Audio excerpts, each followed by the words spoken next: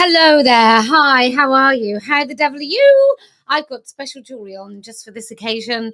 Congratulations, American women.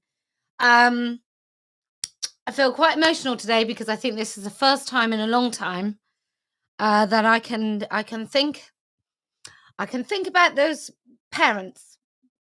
I'll just take you back to the last time he was president, actually. Not quite so impressive. Not that much hope. Nobody was really talking about it. And American women, Cara Dansky, Leah Keith, and some of the incredible American women I met, the Kelsey Coalition, um, they had been shouting about this for a long time by the time I went to the States. And I just remember, I'm going to take you through it. I went to the Heritage Foundation. And cast your eyes over the furore that was made for me going to the Heritage Foundation. And some of the lies that were told about me then are still being told about me, but this time in federal courts in Australia. So it's a joy. Anyway, so those parents. Anyway, so I go to the Heritage Foundation. I was invited to this lunch. I'd never heard of the Heritage Foundation because I'm not like a weirdo leftist that just goes on and on looking at my enemies and very obsessive. I'd never heard of the Heritage Foundation. I had no idea who they were. And then I was told they were some sort of Christian group. And so I go along and I go into this room. And by this time, I knew that they were this right-wing group. And I go in and I just thought, oh. And as I go in, they're like, oh, my God, Posie. And I get this round of applause and everyone's saying Posie Parker. And isn't it wonderful? And I thought, well, I'm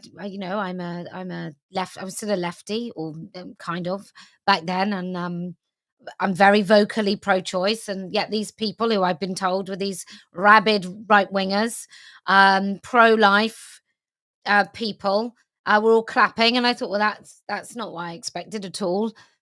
And then, and you will have to forgive me because it always just, and then you go around the table. I can still hear the ladies and gentlemen. I can still hear the voices of those parents. And I can still feel how it felt that day when I first heard them talk about their children. And you go around and there's one parent after another. Like, some of them couldn't speak. They were so upset they couldn't even say the words that they wanted to say. And we go around and they talk about, one of them had a radical hysterectomy, had her breasts removed. She'd been normal, fine, normal. And then at sort of 14, she decided she was trans after a summer camp. And it just went round and everyone had this heartbreaking story. And for the first time, it feels like somebody heard them. And maybe it's election bullshit. Maybe nothing's going to happen. I don't believe so. But even if nothing happened, somebody said, I know what's happening. Somebody's basically said to those parents, I care enough to say I know what's happening to your children. Now, you can say what you like about him. You can say what you like about Trump. You can say what you like about J.D. Vance. You can say what you like about any of them. But they have articulated words that have been strangling parents who've lost their children sometimes in the courts in the United States of America. I don't think we understand, and maybe if you're not a parent, you don't understand that when the state comes for your children, it's fucking frightening. And they've gone to their congressmen and women and their representatives and their senators and their governors and they've been into courts and they've done all these things. These women, mostly women, but some men, but mostly women, across the US, have been shouting about this and ignored, and a very early group called Hands Across the Aisle, who were sort of radical feminist, lesbian, and pro-life Christian women on the right. They tried to do something about it thinking, well, if they're a broad church, that someone will listen to them. They won't be just accused of being Nazis and transphobes and rabid right wingers and all this other stuff, and they still were accused of that. Um, and I think about my good friend Emily, who I spent time with in New York, and now she's no longer involved in this fight for personal reasons. And and I just think all those women that have been holding their breath for all this time, who probably hate Trump. There's many of them who don't like Trump. They don't like the boorish things that he said in private. They don't like the fact that he's had so many wives. They don't like the fact, like, his business practices and the things that he says and the views that he has and apparently the way he conducts himself. They probably really don't like him at all. And yet he has given all of those people hope that maybe someone is going to stop the next crop of confused girls from having their breasts removed. The next crop of confused kids having their fertility stolen from them by the fucking state. That's what this is. That's what this is. This is somebody finally saying to those parents, those heartbroken parents, like like loads of things. Oh, I feel very emotional today, but loads of things happen, right? Loads of things happen where people talk about really, really terrible things that have happened to them, and some things kind of hit you really hard, and those parents' faces and their distress is one of them. And the other one is a letter from a woman who I read out the other week. And she talks about never hearing her daughter's voice again. Like once she's taken the testosterone. Never ever hearing her daughter's voice again. I just, it's those things that you don't think about. That it doesn't, you sort of think that your daughter kind of mutilating her body and everything, and all those things are things that you would grieve and things that you would just feel helpless and hopeless, and then there's those little things that you think, oh my God, like, how would I feel if I'd never heard my daughter's voice again, if it was just unrecognizable? And before me, she just disappears and into this manifestation of bullshit that she's been led to believe will somehow change everything and make her life easy again. It's just nuts. So there are feminists at the moment, Julie Bindle, saying things like, I can't believe people voted for a rapist. What we voted for, Julie, and I know this is difficult for you to understand because you've never fully grasped the fucking argument. What women have voted for is no more rapists in women's prisons. They haven't voted for Harris or Trump, and maybe some of them have, but many of the women haven't said, do you know what, I would like to marry Trump. I'd like to date him. I think he should date my kids. I want to move in with him. I want him to kind of govern every single thought I've ever had. They've said, I'm going to vote for the person who's going to get those rapists out of women's prisons. I'm going to vote for the person who said that they don't think it's all right to surgically alter children, to steal their fertility. That's what they voted for. And to watch all the kind of media elite, oh God, go on and on and on. I mean, another thing this election has done is it said to celebrities, we don't care what you think. We don't care what you think. We don't. I don't watch a Marvel movie and think, do you know what? I really wonder how Iron Man, the actor that plays Iron Man, with his infinite abundance of just perfect choices his whole life, I really would like to know how he votes, because that's how I'm going to vote. I'm going to be shaped by a man who pretends to be someone else for a living. I mean, it's just so nuts. But I just want you to imagine now. I just want you to imagine right? Imagine this woman in your mind's eye. She's got 3 children. She works really, really hard. She's a stay-at-home mum.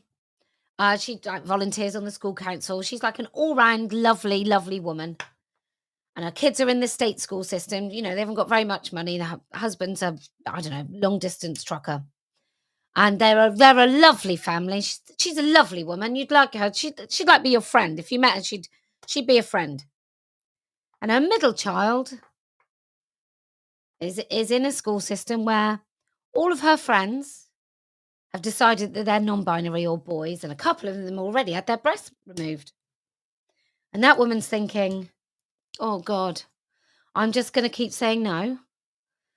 But when she's 15, she might be able to go to a sanctuary state, like, I don't know, Oregon, and she can get her breasts removed, and my my health will pay for it, or I can stop paying for any protection. If she gets hit by a bus, then we're screwed. We lose our house. And she's thinking now, "Oh my God, I can breathe out for at least another 3 years. And hopefully, with this new government, by the time she gets to university, loads of this stuff will be over because they're not going to transition children anymore. It's going to be illegal. I'm not going to be forced by the state and the school and the counselors and the therapists and the medical profession. I'm not going to be told that I have to do this thing anymore. There are going to be people having conversations in positions of power where I have some backing to say no to the mutilation of my kids." So that's, that there are, I've met people who just hope that their kids snap out of it before they're 18 and they can make their own decisions on this. I've met them. I've met these parents. And now imagine you've got a government who are going to support you. They're not going to take your kids.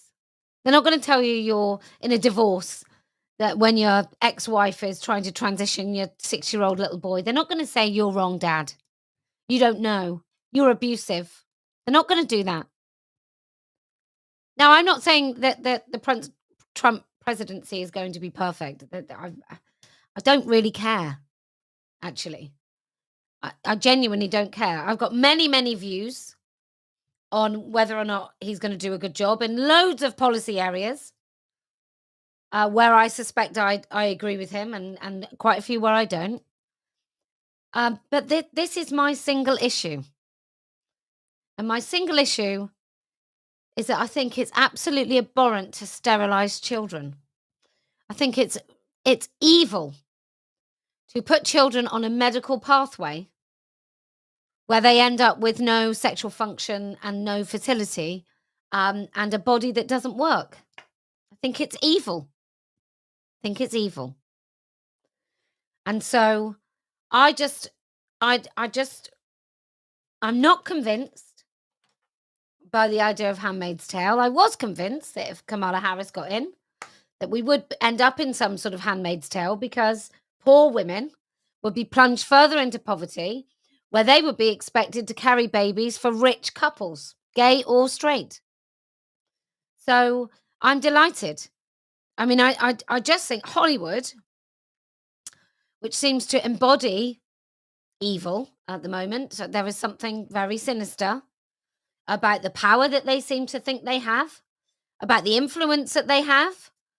I find myself occasionally tuning into Graham Norton and just thinking, I don't know why we would listen to these people about anything. Like, most of them just seem to be really horrible people. And last time, so 2016, when Trump was elected, and I was deeply shocked. I definitely wouldn't have endorsed Trump in 2016. I was deeply, deeply shocked. I was sure Hillary Clinton would have got it. I mean, I was in such a different place. But since that time, we have had COVID. We've had lockdowns. We have had vaccine mandates. We have had people who can't leave their house in Italy, for example, children who couldn't play in the street. We have had Americans with their businesses closed, And then when those businesses opened again, only a third of them are opened again. We have had the shine and the shimmer taken off Hollywood since then.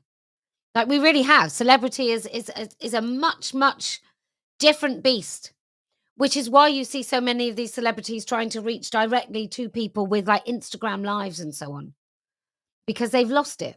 They've lost that little edge. Quite rightly, they've lost that little edge. And so I just I just think that, somebody's saying, "I'm for women, that means I'm for miscarriage care." Leslie, I don't know where you live, but I'm gonna say this: it's state by state. So, if you live in the United States of America and you don't like what your state is doing on abortion, then fight, fight for it. I think every woman should have access to a safe and legal abortion. I think it's as often as necessary, as late as essential. I really do think the earlier the better. And I also think educating women not getting pregnant in the first place is a great thing. And I think men should be made to be far more accountable for terminations, and then you might actually find that they put their penis in fewer women. It's just an idea. Man, if you really, really, really, really, and I'm talking to every pro-life man, if you don't think that abortion is okay, just keep your penis inside your pants. That would be my advice. So, um, I think that it's really good news. I consistently center mothers in most everything that I do because I am one, and that is the most important thing that I've ever done.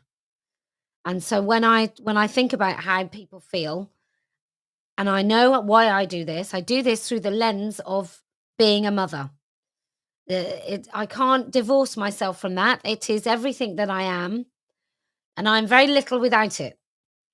And so everything I do, I see through those eyes, and I just think, if I'm a woman in the United States of America who has been really, really badly gagged by the hideous rhetoric around women that speak up, then today is a wonderful day.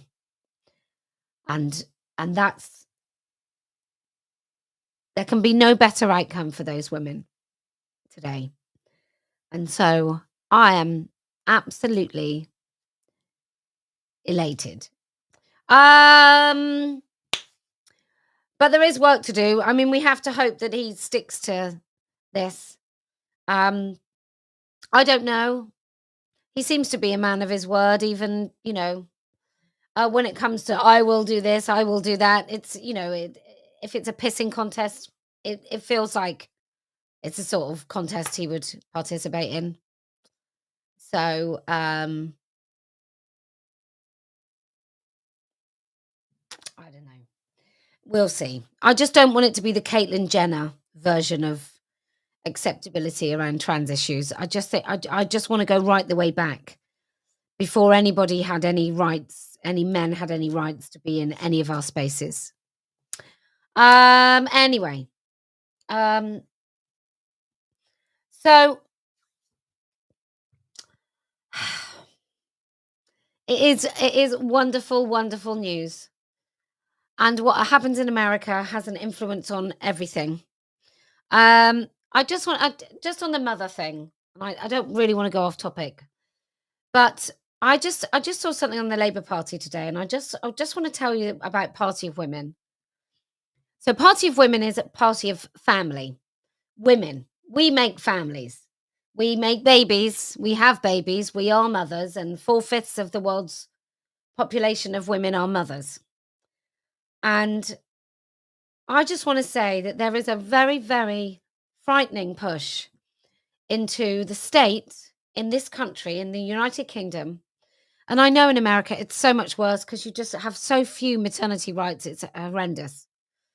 Um, but there's this thing where the state is going to have more control over all childcare because they're asking for more schools to have kind of bolted on nursery childcare. That means everything comes under a school, right?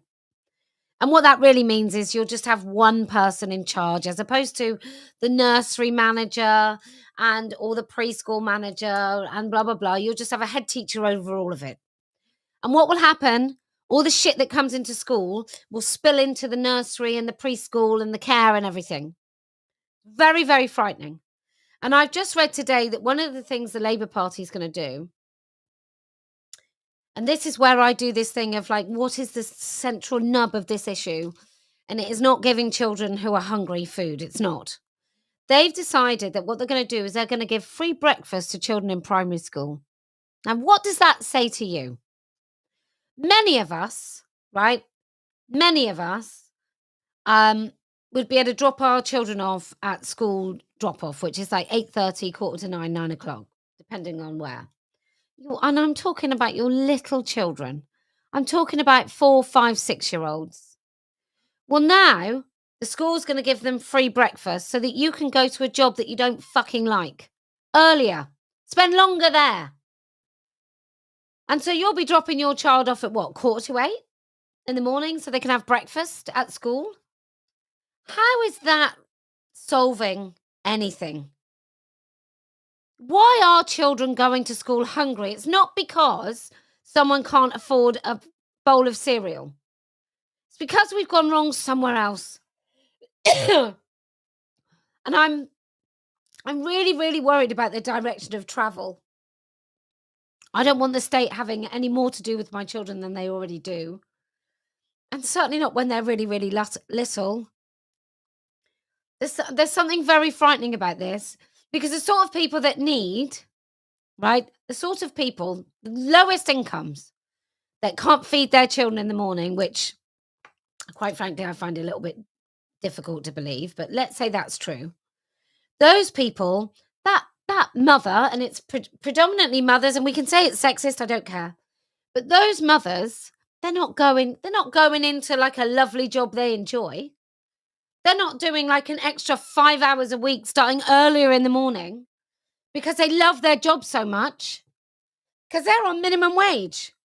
So they're rushing into a job to let the school feed their children. And let's face it, once you can say, well, your child can be dropped off at Breakfast Club and have free breakfast.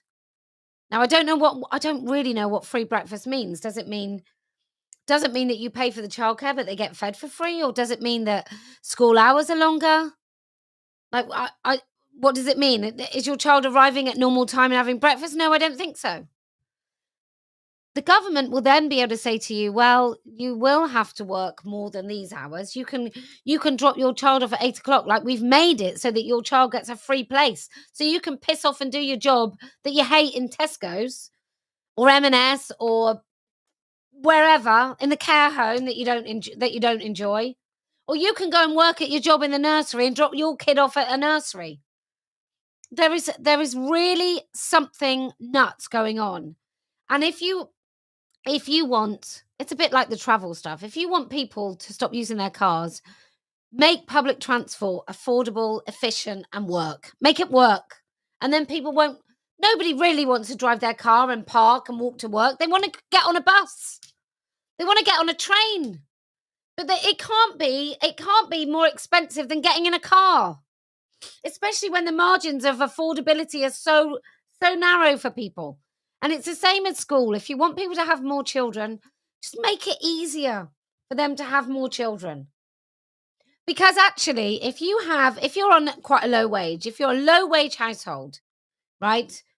And you're a full-time but low wage household, having one child and having to put them into before and after school club is one thing. Doing it for 2 or 3 is quite different. Having any care in the school holidays makes your job completely far too expensive. I don't think the answer to that, ladies and gentlemen, is to make childcare free. I think the answer to that, if you want people to have more children, take their household out of some sort of tax.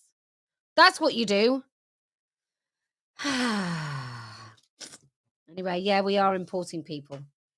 Got so many views on this, but anyway, this is such a What a day this has been. What a rare mood I'm in. Why, it's almost like being in love. So to the Americans watching, congratulations. You finally have someone in government who is at least saying the right things. And to the rest of you, if you're very, very upset that the orange man has got in, I'm still ill. If you're very upset that the orange man got in, can I just stay away from therapy? I don't know, go out for a run, brisk walk, maybe, whatever it is. You have to understand that democracy is a beautiful thing, and more important than anything else is democracy. And it doesn't matter whether you like what people have voted for. You should really, really be encouraged that people have voted. Many people voted. Like, a lot of people participated in that vote. And maybe if you cared as much about rapists in women's prisons, about children being surgically butchered and medically sterilized, if you cared about that as much as I do, you would be really, really happy today. And if you're not really, really happy, then perhaps you were okay with butchering kids. It's just simple. Okay. If you keep your eyes on the prize, people, then I promise we will win. If you would like me to go and help the women in Brazil, put a spotlight on the woman who is about to go to trial and potentially get 8 years in prison for calling a man, just go to letwomenspeak.org and make a donation. I need about £4,000 to go and do it. If you would like me to help them do that, then please go and make a donation. Get yourself something nice. I've got trolley tokens now. So every time you go to a trolley, you can put a little adult human female coin in it. If you can just keep your eyes on the prize and just know that other things can be resolved. You can't sew breasts back on. You can't make an infertile person fertile again. You can't. And anyway, and do you know why else we're going to win? Well, because I never lose. Maybe the air gave me the drive, for I'm all aglow and alive. What a day this has been. What a rare mood I'm in. Why, it's